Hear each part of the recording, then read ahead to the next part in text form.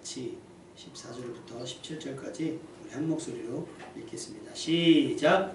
항상 우리를 그리스도 안에서 이기게 하시고 우리로 말미암아 각처에서 그리스도를 나타내시는 하나님께 감사하노라.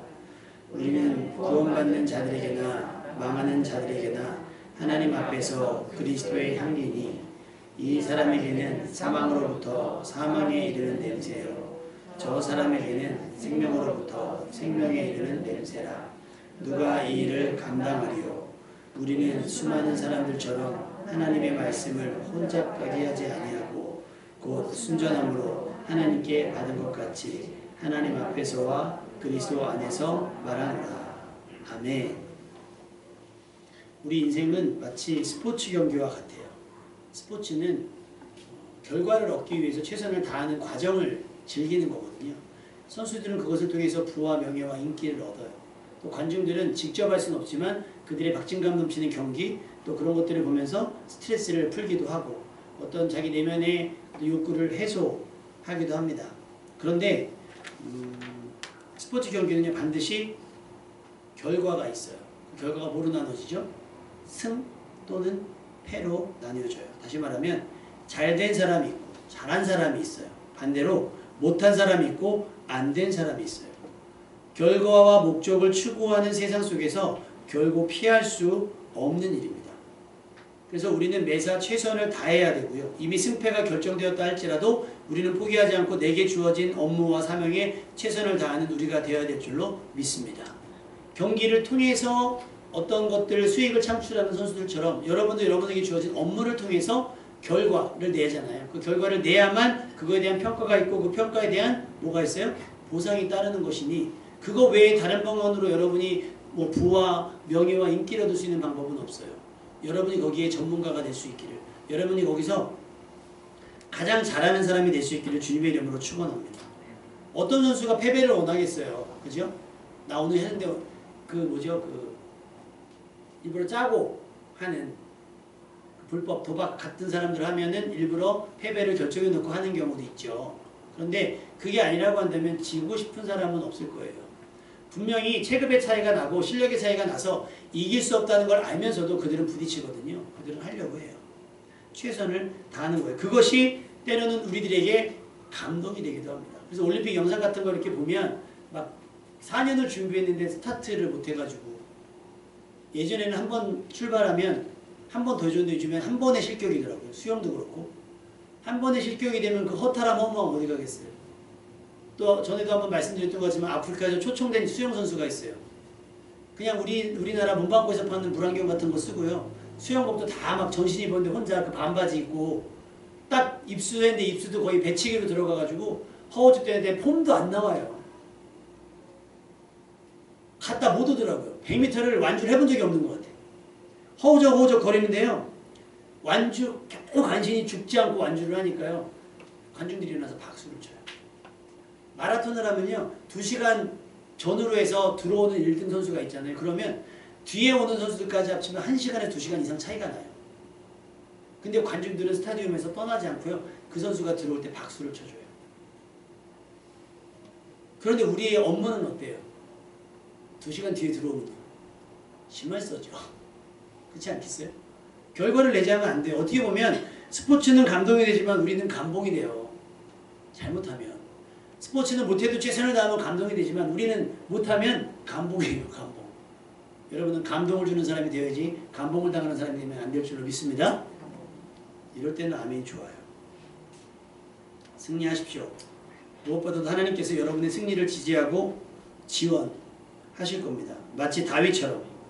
다윗은 심지어 자신을 죽이려고 했던 사울에게까지 앞으로 많은 일, 큰 일을 행하고 또 반드시 승리하게 될 것이라는 말을 들어요. 사무엘상 26장 25절에 사무엘이 자꾸 다윗을 죽이려고 하잖아요. 근데 다윗은 사울을 죽이지 않아요.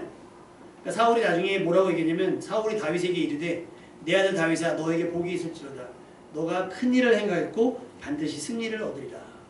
원수였던 사울조차도 그의 승리를 지지하고 그의 이김을 응원했다라고 하는 거예요. 여러분의 삶이 라이벌, 경쟁자들까지도 여러분을 축복하고 여러분의 승리를 기원하는 삶이 되시기를 주님의 이름으로 축원합니다.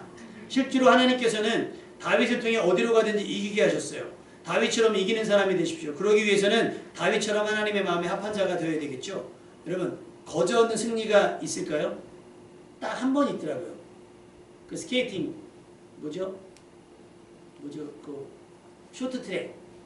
쇼트트랙에 호주 선수가 보셨죠? 한번 호주 선수가 이렇게 가는데 뭐 메달권이 아니었어요. 근데 그게 쇼트트랙이 막 치열하잖아요. 가는데 자꾸 한 사람씩 자빠지는 거예요. 나중에 다 걸려 넘어지고 혼자 돌아 혼자 금메달 땄어요. 그렇다고 이 선수가 그 다음 대회에서도 넘어져라 하는 마음으로 탔겠습니까? 그죠? 그때는 솔직히 운이 좋았고 나는 내게 주어진 기량을 최선을 다해서 발휘했다. 근데 길이 열렸을 뿐이다라고 얘기했어요. 겸손하게 대답은 했어요. 근데 그 한번 우연히 쉬운 승리를 얻은 다음에도 또 그런 일을 바랄지도 몰라요. 그래서 복권에 한번 당첨된 사람들이 자꾸 복권을 또 사는 이유가 한 번 쉽게 당첨이 됐으니까 또 산다는 얘기가 있는 것처럼. 근데 여러분, 승리는 그렇게 호락호락하지 않아요. 다윗이 얻은 승리가 어떻게 보면 거저 얻은 승리입니까? 골리앗과 싸운 승리예요. 골리앗은 어떤 사람이에요? 키가 어마어마하고요. 이스라엘 군사들조차도 대적할 마음이 전혀 들지 않을 만큼 완벽한 군인이에요. 누구도 이길 수 없을 거라고 생각이 들 정도로. 그런데 물매 하나 들고 나가요. 골리앗에게 나갑니다. 또 용기를 내고 나갑니다. 그런데 그 다윗의 승리가 원인이 어디 있는가 찾았더니 골리앗이 의지했던 건 칼과 창과 단창이에요. 자식의 무기와 신체적인 능력, 신체 스펙들. 그런데 다윗은 그렇지 않아요. 상대가 뭐 군인도 아니었고 그저 양치는 사람이었는데 다윗이 나오면서 한 얘기가 뭐죠? 너는 칼과 단창으로 나에게 오지만 나는 네가 모욕하는 만군의 여호와 이름으로 나아간다. 전쟁은 하나님께 한 것이니 믿음으로 나갔다는 거. 믿음으로. 결과가 어떻게 됐죠? 다윗이 승리했습니다. 게임이 사실 안 됐어요. 이것이 하나님께서 이기게 하시는 사람의 승리인 줄로 믿습니다. 오늘 사도 바울이 고린도후서를 통해서 얘기해요. 항상 우리를 이기게 하신다. 근데 어디서? 그리스도 안에서 이기게 하신다. 다시 어디서요? 그리스도. 우리 아까 어디서 기뻐해요? 이 주안이라는 동네가 있지 않아요? 인천 옆에? 그죠? 자꾸 그게 되잖아요. 주안에 있는 교회들이 찬양을 하면 되게 웃기겠어요. 그죠? 우리 동네에서 기뻐하는 거죠. 주 안에서 기뻐해요. 우리 오산에서 기뻐해야 되나? 그게 아니잖아요. 지역을 얘기하는 게 아니에요. 주님 안에서. 그럼 주님 안이라는 것은 무슨 뜻일까요? 주님의 말씀 안에서, 주님의 은혜 안에서, 주님의 기대 안에서. 여러분, 그 안에서 기뻐하고 그 안에서 승리하는 여러분 되시기를 주님의 이름으로 축원합니다. 오늘 바울이 승리에 대해서 감사하고 있어요. 항상 이기게 하셨다는 거예요. 바울은요, 사실 꽤 강하고 거친 사람이었습니다. 자기가 가진 신념이 대단했던 사람이에요. 자기의 신념과 다른 사람들은 냉정하고 단호하게 잡아가두기도 하고 때리기도 했어요. 바울에게는요, 사회적, 종교적 힘이 있었습니다. 소위 우리가 말하는 백이 있었어요. 사도행전 22장 3절에서 5절에 보면 나는 유대인이다. 길리기아 다소에서 태어났고 이성에서 자랐는데 가말리엘 문화, 어느 라인이라고 하잖아요. 가말리엘이라고 하는 사람이 가장 존경받고 인정받는 그 학자 중에 하나예요. 근데 거기서 공부를 했다는 거예요.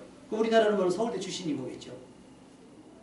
우리 조상들의 율법의 엄한 교훈을 받았다. 그리고 나는 너희 모든 사람처럼 하나님께 대하여 열심히 있었다라고 해요. 이 강함을 가지고 바울이 한 짓이 뭐냐?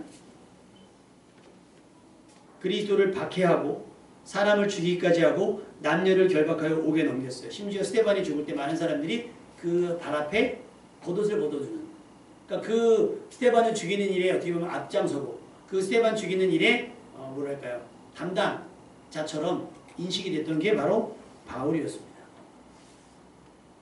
바울은 가문이 백이었고 가진 지식이 무기였습니다. 거기에 종교 지도자들의 협력까지 있었어요. 그래서 바울은 그리스도인들에게 매우 무서운 사람이었고 위험한 사람이었습니다. 엄청난 두려움의 사람이었어요. 이런 바울이 다메섹에서 예수님을 만나서 전혀 새로운 사람이 되었습니다. 바울은 그동안 그리스도 밖에서 가졌던 힘과 그러니까 그리스도 밖에서 무기로 삼았던 모든 것들을 다 버렸어요. 그것도 배설물처럼 버렸어요. 아낌없이 다 버렸습니다. 그리고 바울이 오늘 본문을 통해 말하고자 하는 승리의 비결은 자기가 그리스도 밖에서 가졌었던 돈이나 힘이나 명예나 어떤 알고 지내는 권세자들이 아니었다라는 거예요. 바울이 알고 있는 승리의 비결 뭐예요? 그리스도 안에서였다. 바울에게는 그리스도의 인이라면 항상 이겼습니다. 그리스도 안에서라면 항상 이겼어요. 그리고 이 경험을 통해 또 언제든 이길 수 있다는 확신이 가지게 됐습니다. 그러니까 바울은 담대한 거예요. 내가 부와 인기와 명예를 얻지 않느라도 그거 아쉽지 않아요. 왜? 나는 그리스도 안에서 항상 마음만 먹으면 뭐 할 수 있으니까? 이길 수 있으니까 라고 얘기해요. 여러분 우리가 이겼다고 해서 강한 겁니까? 아니죠. 우리는 약해요. 부족합니다. 그러나 하나님께서 강하시잖아요. 그리고 하나님께서는 우리의 약함을 통해서 강함을 나타내셔서 우리를 이기게 하십니다. 고린도후서 12장 10절에 내가 그리스도를 위하여 약한 것들과 능욕과 궁핍과 박해와 곤고를 기뻐하노니 이는 내가 약한 그때에 강함이라. 할렐루야. 운동을 배우시다 보면 코치들이 항상 하는 얘기가 있어요. 힘 빼세요. 힘 빼세요. 운전을 배울 때도 마찬가지예요. 옆에 조교가 이렇게 붙잡아 주잖아요. 붙잡아주면서 뭐라 그래요? 핸들 힘 빼세요라고. 안 그러면 자기가 힘주고 있으면 엄한 데로 막 가요. 엄한 데로 가고 막 산으로 가고 들로 가고 막 가요. 힘을 빼야 옆에서 돕는 사람이 움직일 수 있는 거예요. 바울은 그걸 아는 거예요. 내가 그리스도 밖에서 인상 팍 쓰고 내가 가진 것들을 과시하며 사람들을 막 이렇게 기죽게 했던데 그리스도 안에 예수님을 인격적으로 만나고 나서 그리스도 안에 들어오다 보니까 그런 것들은 아무 의미가 없는 거예요. 내게. 돈이나 명예와 권세 아무 의미가 없는 거예요. 그러니까 사람이 어떻게 돼요? 온유하고 겸손해지는 겁니다. 온유하고 겸손해지는 거예요. 그러니까 치열한데 예전에 살아갔던 것과 달리 치열해진 거예요.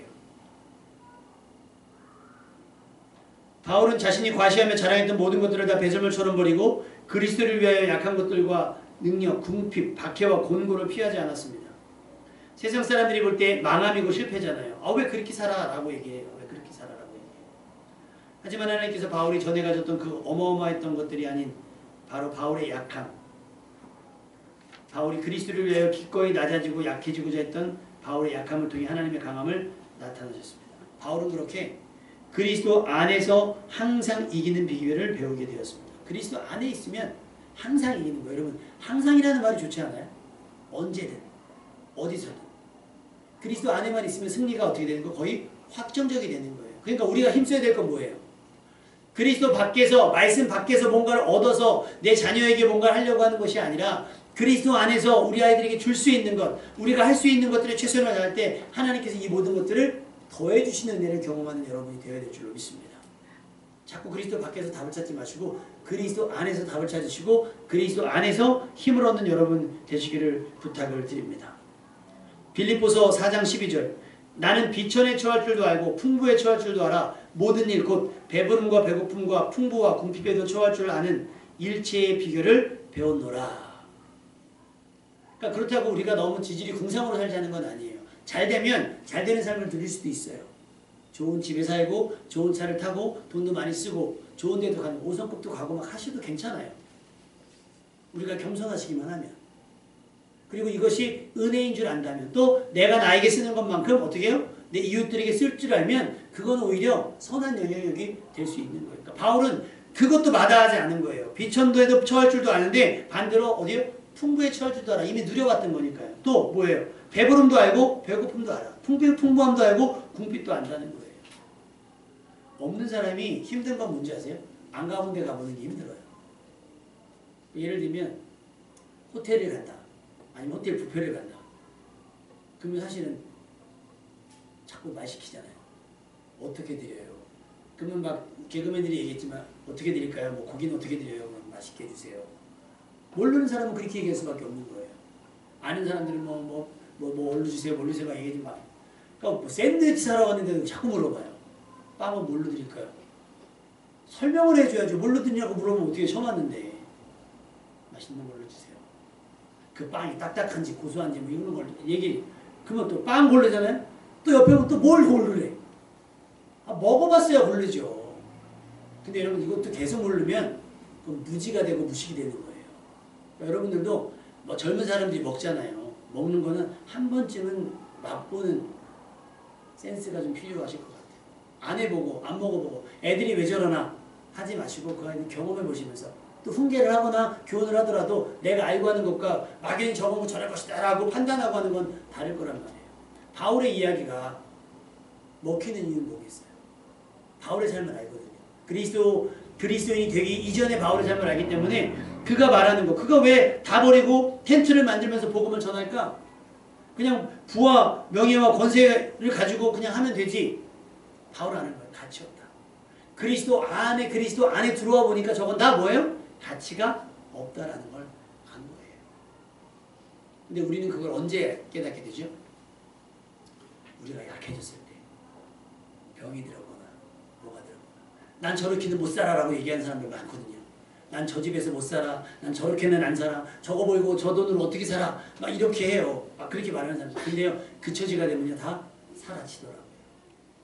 근데 바울은 그리스도 안에 들어오니까 이것들이 자발적으로 포기되어지는 거예요. 그러니까 바울은 뭐에 치열해요? 잘 먹고 잘 살려고 막 저거 뭐 아파트 살려고 막 치열하지 않아요. 막 좋은 직장 취직하려고도 치열하지가 않아요. 좋은 차 타려고도 치열하지가 않아요. 뭐 명품 살려고도 치열하지 않아요. 어떻게 해요? 그리스도 안에 머물려고 사도 바울이 치열해요. 그래서 내 자신을 치는 거예요. 사도 바울은 왜? 도리어 내가 복음을 이렇게 전하다가 내가 혹시 까딱 실수해서 넘어져서 나는 구원받지 못하는 사람이 될까봐 사도 바울은 나를 저 복종시킨다고 얘기를 해요. 치열하게 자신과 싸우지 다른 것과 싸우잖아요. 그러니까 바울은 다 양보해도 돼요. 누가 뭐라고 하면 맞아요. 내가 그랬어요. 근데 우리는 이번에 죄송합니다. 이번에 한일 정상회담에서 나왔던 얘기가 지금 분위기가 어떻게 됐냐. 우리나라 대통령이 가서 괜찮아요 했단 말이에요. 괜찮아요. 우리는 피해자인데 우리가 괜찮아요. 그래요. 그럴 수 있죠. 근데 사과를 안 하잖아요. 반성을 안 해요. 자기는 안 그랬대는데. 우리가 그분들을 뭐라고 표현을 하냐면 징용, 끌려간 거예요. 끌려간 거. 근데 그 사람들은 뭐라고 얘기해요? 노동자라고 표현을 해요. 노동자. 돈 벌러 왔다. 얘네 돈 벌러서 자발적으로 온 거다라고 얘기하는 사람들한테 가서 아유 괜찮아요. 이걸로 다시 불편하게 안 할게요 라고 하고 오신 거예요. 그러니까 사람들이 이러다가 독도도 내어주겠네라고 얘기가 나오는 거죠. 그럼 학폭 피해자가 있어요. 가해자가 피해자인데 피해자가 가해자한테 가서 괜찮아 미안해 나 때문에 많이 힘들었지. 이거랑 지금 똑같은 상황인 거잖아요. 바울은 어떻게 했느냐. 바울이 가해자였잖아요. 그리스도인들이 가해했잖아요. 근데 요즘에 그리스도인들이 비춰지는 게 뭐냐면 바울이 그랬다. 만약에 바울이 요즘 그리스도인 우리가 생각하는 그런 그리스도인은 되게 사람들이 많이 모였어요. 여러분 내가 옛날에 여러분이 그렇게 했는데 나 회개했어. 그리고 하나님께서 나를 용서해 주셨어. 이렇게 얘기한 게 아니란 말이에요. 사도 바울은 사람들이 말했더니 야, 쟤 바울 아니야? 그때 잡아가고 때리고 죽이고 우리 아빠가 우리 삼촌이 그렇게 당했는데 그때마다 사도 바울이 했던 고백은 뭡니까? 내가 죄인 중에 괴수다. 나보다 못된 사람은 여기 없다는 거예요. 내가 제일 악랄한 사람이었고 내가 제일 못된 사람이었다라고 계속 인정해요. 내가 미안합니다. 내가 잘못했습니다. 내가 그랬습니다. 그러니까 사도 바울이 뭘 누릴 수가 없는 거예요. 미안해서. 마치 누군가를 뺏은 것 같고 누군가를 또 못되게 본 것 마냥. 그러니까 사도 바울은 어떻게 해요? 비천에 처하는 거예요. 스스로 자발적으로. 어디까지 자기를 내려 꽂았냐면 살 소망이 없어질 때까지. 그냥 이렇게 살다가 죽어서 하늘나라 가겠다라고 다짐할 때까지 사도 바울은 자신을 쳐는 거예요. 왜 그렇게 됐느냐? 그리스도 안에 있으니까 알아지는 거예요. 가치 없다는 거. 내가 내 자존심 따위 가치 없다는 거예요. 예수님도 자기 자존심을 지키지 않으시고 다 자신을 버려서 우리를 살리셨으니까 내가 나 따위를 위해서 왜 자존심을 세우느냐? 다 내려놓는 거예요. 어디 있으니까? 그리스도 안에 있으니까. 근데 그리스도 안에 있으려고 애쓰다 보니까 자발적으로 따라오는 게 뭐예요? 자연적으로 승리. 어떻게 승리? 항상 승리하게 되더라. 라는 걸 깨달은 거예요. 여러분도 이 승리를 경험하는 여러분 되시기를 주님의 이름으로 축원합니다. 이걸 모르니까 우리가 그리스도 안에 있다가 아까 우리가 기도했던 것처럼 월요일 되면 다시 그리스도 밖으로 나갔다가 잠시 나갔다가 잠깐만요 그러고 나갔다 오는 거예요.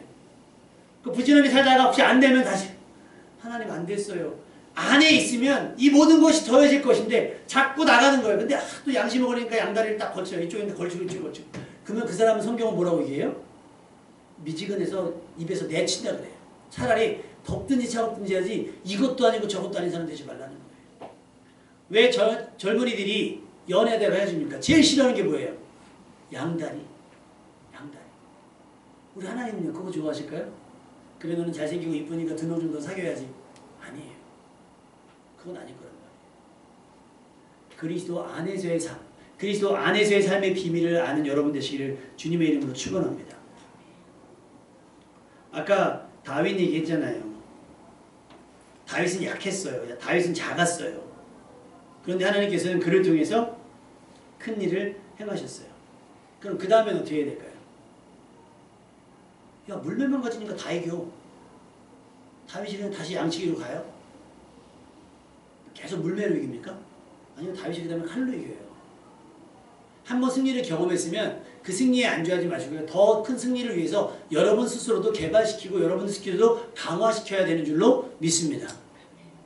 세상은 점점 더 악랄해질 거예요. 여러분의 믿음을 빼앗기 위해서 더 교묘해질 겁니다. 그런 걸 분석하고 분별하고 그것들을 깨트리기 위해서 여러분이 강해질 필요가 있어요. 역대하 15장 7절 그런즉 너희는 강하게 하라. 너희 손이 약하지 않게 하라. 너희 행위에는 상급이 있음이라. 강해지라는 거예요. 그냥 맨날 어린아이 같지 말고 어린아이를 버리고 어른이 되라는 거예요. 장성한 만큼 어른이 되라는 거예요. 생각이 어른 같아야지 생각이 친구도 계속 아이 같으면 어떡하겠어요. 안 된다라고. 여러분의 믿음도 그렇게 성장하시기를 주님의 이름으로 축원합니다. 기왕이면 여러분의 믿음이 자랄 때 일반인으로 자라지 마시고요. 그리스도의 군사로 자라는 여러분 되시길 주님의 이름으로 축원합니다.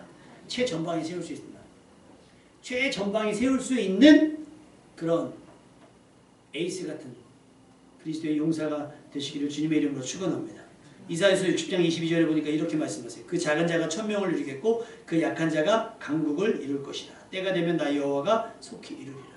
하나님께서 여러분이 강해지려고 할 때, 강하고 담대해지려고 할 때 하나님께서 여러분을 통해서 약하지만 1000명을 이루고 여러분 약하지만 강국을 이루게 될 줄로 믿습니다. 여러분의 삶을, 여러분의 시간을, 여러분의 에너지와 여러분의 관심을 하나님께 내어드려서 하나님께서 여러분을 통해 일하실 수 있도록 여러분을 하나님께 내어드리는 하나님의 주목기가 되는 여러분이 되셨으면 좋겠습니다. 세상 사람들이 이렇게 얘기해요. 강한 사람이 이기는 게 아니라 어떤 사람이 이겨요? 이기는 사람이 강한 사람이다라고 얘기를 해요.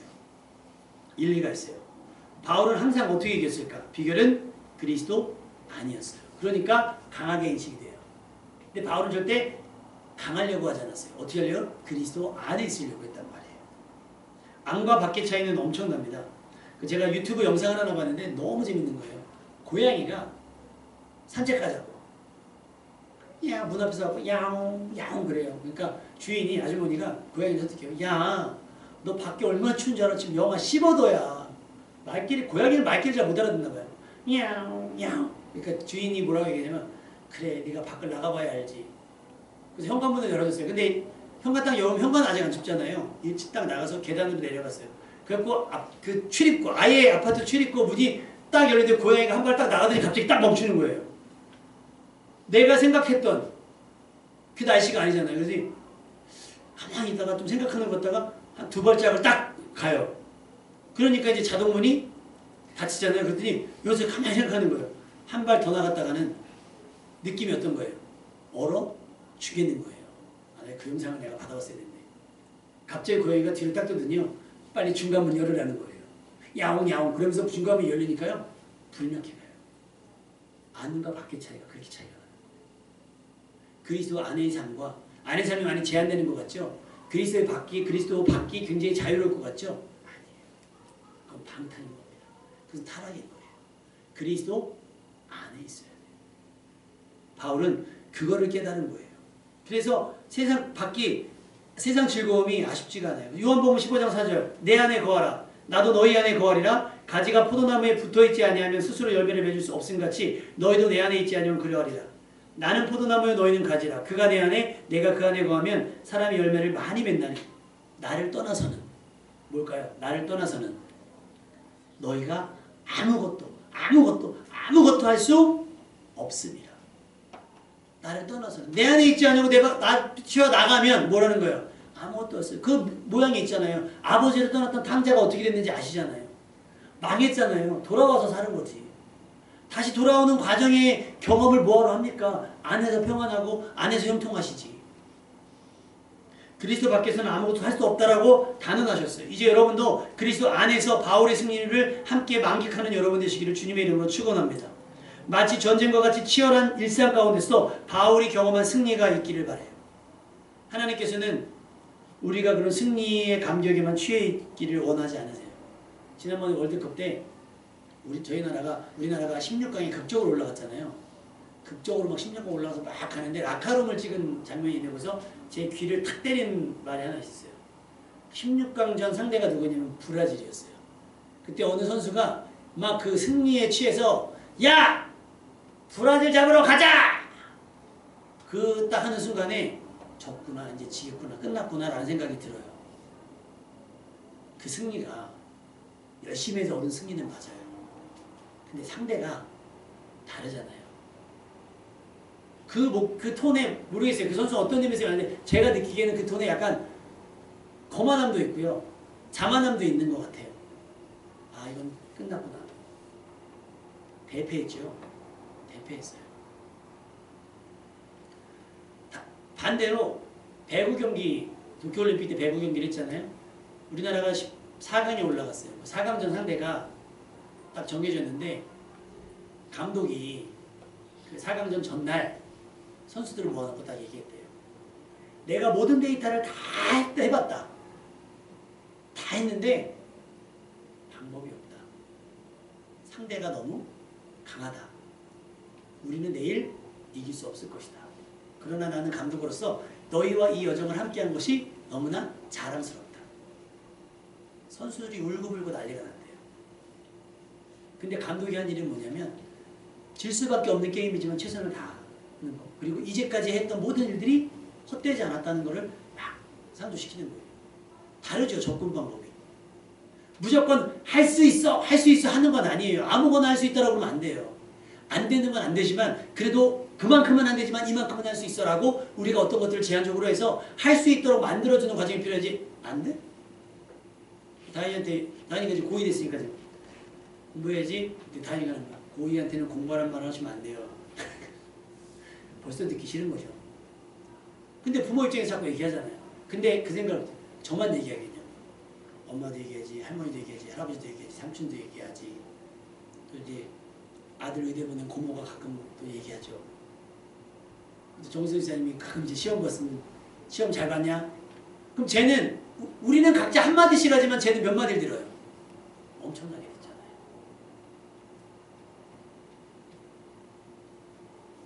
승리가 좋은 것이긴 하지만 그 승리에 취해서 그 승리만을 목적으로 해서 그 승리라는 과정을 잃어버리면 또 안 된다라고 하는 거예요. 또 반대로 승리했다고 한다면 그 승리에 취해가지고 막 그 과정 속에서 경험했던 은혜를 잊어버리면 안 돼요.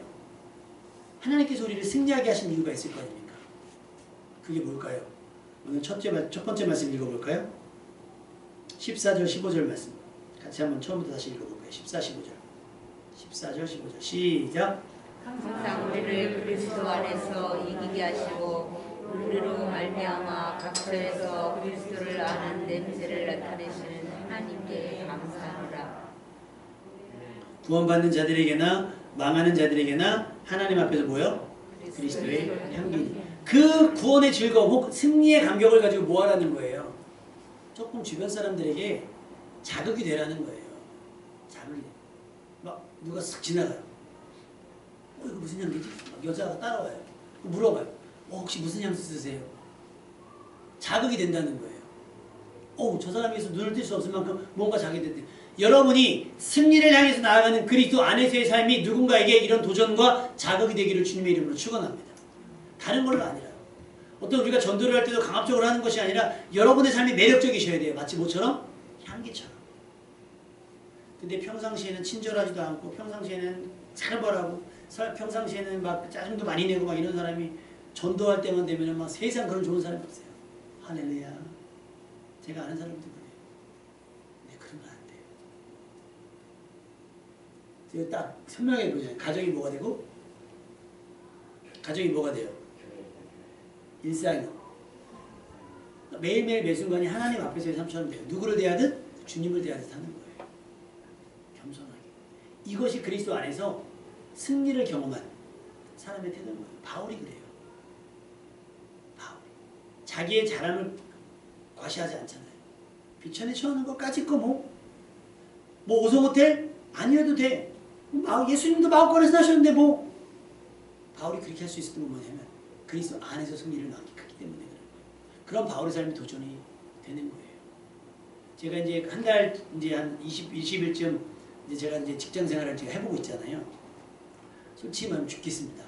그러면서 느낀 게 뭐냐면, 우리 성도님들은 얼마나 치열한 삶을 살아오셨을까. 근데 저는 뭘 것도 모르고 막 예배 안 나오면 막 아까도 기도에도 써놨지만 막 말씀 안 읽고 기도 안 하면 어느 날은 이제 퇴근하면 아무것도 못하고 뭐 바보가 되어 있어요. 힘이 하나도 없어가지고 20년 동안 안 했다가 몸을 쓰려니까 힘든 거예요. 바울도 몰랐으니까 잡으러 다닌 거죠. 때리고 목에 가두고. 근데 본인이 그리스도 안에 살면서 보니까 그런 사람들을 싸매어주고 위로해야 되고 격려해야 되겠다. 응원해야 되겠다. 그러면 그들과 함께 해야 되니까 내가 잘나서 맨날 좋은 옷 입고 저 사람을 만나는 것보다 저들과 같은 작업복 입고 그들을 만나는 것이 훨씬 유익하다는 생각이 들어요. 그래서 어느 목사님하고 그런 얘기를 했어요.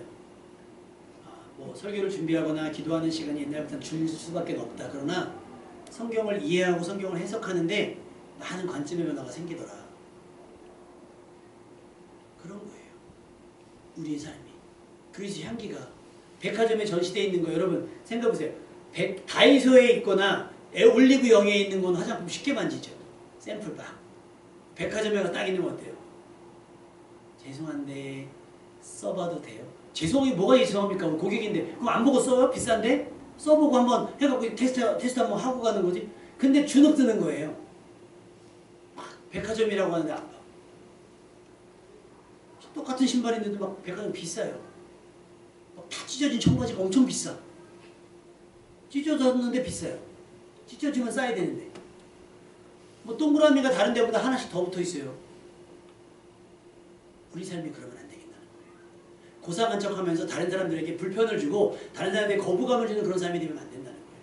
나를 낮추고. 그리스도 안에 있는 삶은 나를 낮추는 사람이에요. 예수님께서 하나님과 본체시나 뭐예요? 자신을 버려. 종의 형체를 가지셨다 했잖아요. 우리를 위해서. 우리도 그래야 되는 거예요.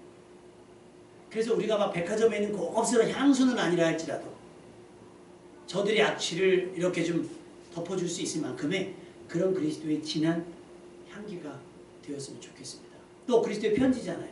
그 편지는 뭐겠어요? 내용상 좋은 이야기들.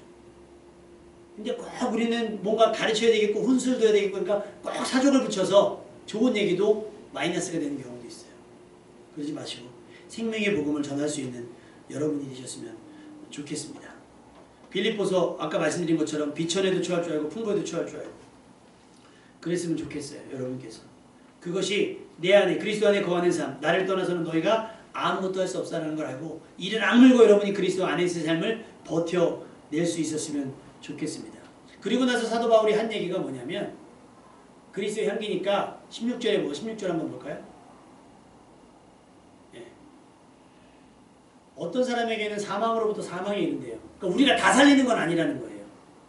누군가에게는 사망인 거예요. 요셉이 감옥에서 꿈을 꾸잖아요. 두 사람이 꿈을 꿔서 요셉에게 해몽을 받아요. 술 맡은 관원장과 떡 맡은 관원장이 꿈을 꿔요. 근데 꿈의 해석이 달라요. 술 맡은 관원장은 복직이 되지만 떡 맡은 관원장은 죽어요. 그러니까 우리가 선한 의도를 가졌고 그리스도 사랑하는 마음을 가졌지만 누구에게는 생명이 될 수 있어요. 근데 누구에게는 그가 듣지 않음으로 말미암아서 그는 고스란히 그냥 그대로 사망이 될 수 있어요. 거기에 연연하지 말고 우리는 최선을 다해서 그리스도의 향기가 되어야 되는 거예요. 자, 17절 말씀. 수많은 사람들처럼 하나님의 말씀 혼자 피하고 아니하고 순전하게 하나님 받은 것 같이 하나님 앞에서 그리스도 안에서 말한다 그랬잖아요. 이게 무슨 말이냐면 장사꾼처럼 복음으로 이익을 취하는 사람들이 이때 당시 있었던 거예요. 근데 바울이 자기를 증명할 때 우리는 그 사람들처럼 하지 않고 하나님의 말씀을 순전함으로 다시 말하면 말씀을 따르는 모범을 보이면서 그리스도의 안의 삶을 증명해 보이는 삶을 살았던 거예요. 그러면서 하는 얘기가 우리 마지막에 보면 그렇게 얘기해요. 곧 순전함으로 하나님께 받은 것 같이 하나님 앞에서와 그리스도 안에서 말한다는 거예요. 다시 말하면 그리스도 안에서의 삶이라는 건 뭐예요? 하나님 앞에서의 삶과 같다는 거예요. 아까 말씀드렸죠. 우리는 하나님 앞에서의 삶, 코람데오의 삶을 살아야 돼요. 직장에서도 하나님 앞에서 사는 것처럼, 예배 드릴 때도 하나님 앞에서 하는 것처럼, 친구를 만날 때도 하나님 앞에서인 것처럼, 또 그는 누구예요? 직장 동료가 마치 그리스도인 것처럼, 주님이신 것처럼, 하나님이신 것처럼 그를 대우하고 그를 존대하고 그를 친절히 대할 수 있어야 되는, 이것이 우리가 나타내는 향기예요. 중요한 것은 뭐냐? 중요한 거. 우리로 말미암아 각처에서 그리스도를 아는 냄새를 나타내시는 하나님께 감사한다 그랬어요. 그리스도를 아는 냄새. 여러분이 아는 많은 정보가 있을 거예요. 그것이 아니라 우리는 오직 뭐예요? 포커스가 그리스도를 아는 냄새. 그리스도를 아는 지식인 거예요. 이것처럼 말씀을 혼자케 하는 게 아니라 말씀이 육신이 되신 예수 그리스도를 제대로 알아서 제대로 그리스도인의 합당한 삶을 살아가는 모습을 통해서 증명의 말씀을, 하나님의 말씀이 살았고 운동력 있는 것을 여러분이 증명해 보여야 된다라고 하는 거예요.